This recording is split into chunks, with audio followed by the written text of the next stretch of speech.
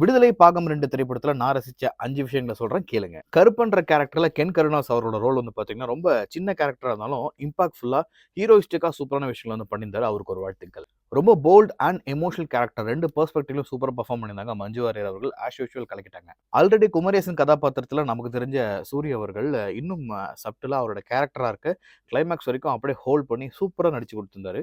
So அவருக்கு மிகப்பெரிய வாழ்த்துக்கள். மக்கள் செல்வன் விஜய் சேதுபதி அவர்கள் வாத்தியார் அப்படின்ற கேரக்டர் ரொம்ப இம்பாக்ட்ஃபுல்லா, பவர்ஃபுல்லான அந்த கேரக்டர அவரோட ஸ்டைல்ல அழகா, நீட்டா ரொம்ப எமோஷனலா பெர்ஃபார்ம் பண்ணியிருந்தாரு. Last but not the least Vetrimaaran sir அவரோட டீம் வந்து பார்த்தீங்கன்னா, எல்லா கிராஃப்ட்லயும் சூப்பரா எக்ஸிக்யூட் பண்ணியிருந்தாங்க.